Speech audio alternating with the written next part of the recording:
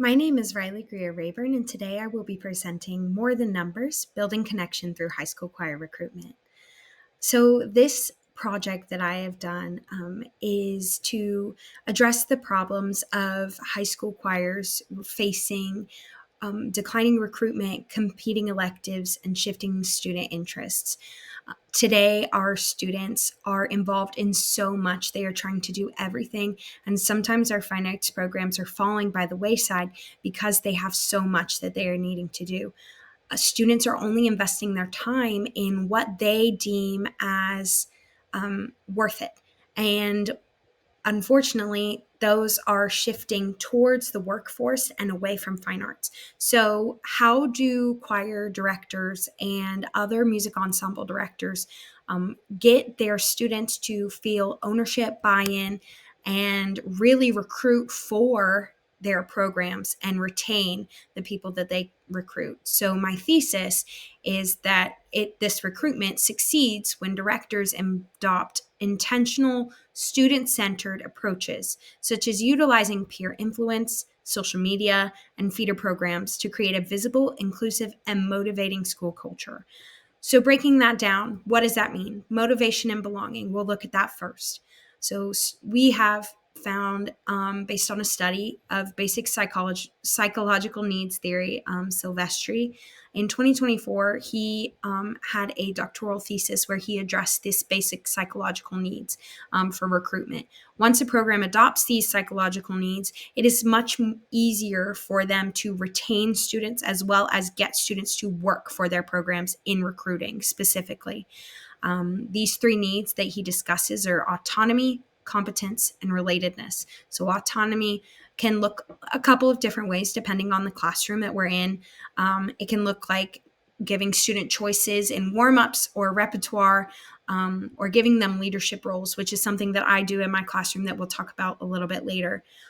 It involves competence, using tiered curriculum, not just presenting everything at once, clear feedback with rubrics when it comes time for a memorization exam or a singing test, and then also celebrating their progress and not focusing so much on the criticism. And when it is criticism, giving it in a glow and growth feedback structure to where they feel good about themselves and not just criticized, because fine arts is a very personal thing that we have realized too. And students, when they feel that their personal expression is not being recognized or acknowledged, they will draw back into themselves and withdraw from a program.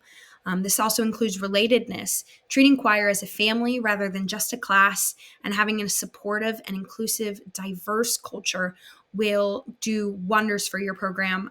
It will give your students that place that they belong in the school. When students are coming into your rooms at all hours, might be annoying as for an educator, but that really shows that they have a place where they can truly fit in and belong. And meeting these needs increases both retention and peer-to-peer recruitment, not just director to peer. When students feel these needs are being met, they want to share that with their other students as a natural reaction to feeling a safe space such as this. We see a lot of evidence-based practices from many sources, one including that abandoned orchestra source. Recruitment is not just a one-time event. It is a process. And then strong relationships with families go a super long way. Whenever you have a concert or an event, make sure that you're checking in with family members, little siblings, maybe cousins, doesn't matter. Definitely parents, because when people see that you care about them, they want to join you and have a relationship with you when they see that you also want to have a relationship with them. Having a high visibility also works this way. Same strain of thought, being there, being present. And then leadership and mentoring programs, letting the students be present within themselves, also does a great deal of work for this. We see in Salt Cellar Creations blog that they published feeder school partnerships, showing up in those younger schools who are enrolling in your school. I teach at a high school, so this is relevant when middle schoolers come and enroll at the high school, being present for their saying hello, student's name, I see that you're in choir. I would love so much for you to join me in my choir class this next semester when you join the high school.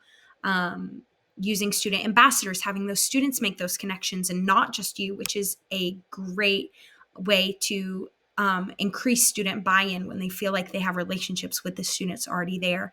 Showcasing performances during this enrollment time. When students see something, hey, that's cool, they want to join it, and so they can do it the next year. And just moving forward into building this student-centered culture, when it feels like a community more than a class, students are more willing to take it.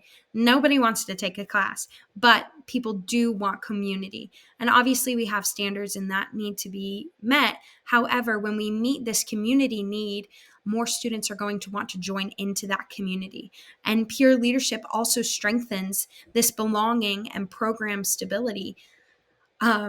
Leadership roles increase ownership and pride and peer recruitment, which is the nail that we are driving here, is peer-to-peer recruitment.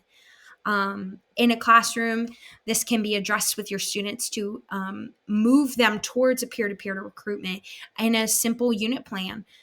Lesson 1, we look at why choir matters. Lesson 2, understanding recruitment. Lesson 3, designing outreach materials. Lesson 4, reaching out. Lesson 5, reflection and retention. All of these things can be utilized together so that we're not only expecting our students to recruit, we are making them recruit as a part of our curriculum. This is an example of a leadership framework also that I have implemented for this student ownership and buy-in. Having president, vice president, secretary, librarian, and class representative and editor roles. Make sure that the students know I always have a student designing my posters for the concert. So they share it with their friends and say, look what I made, look what Miss Rayburn posted on the Instagram or the Facebook, what have you. They do the work for you. It is wonderful. And then the key takeaways and conclusion for this poster and this project. Recruitment depends on relationships and not just your numbers. It is a multiple year, if not career-long process of trying to get these students to work for you and want to recruit other members of their grade level and their school. Programs grow when they feel valued and connected. When they feel good, they want to have their friends feel good, and then they invite their friends and convince their friends to come and join you. Directors, we should be building a long-term culture, not just a one-time event.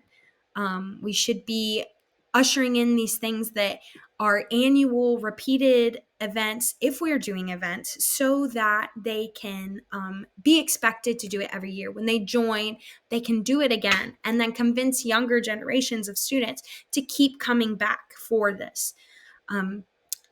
It thrives when directors foster autonomy, belonging, and community engagement through intentional research-based practices such as these. Choir becomes a place where students feel known and a place where they want others to join in on those feelings. Thank you so much for your time.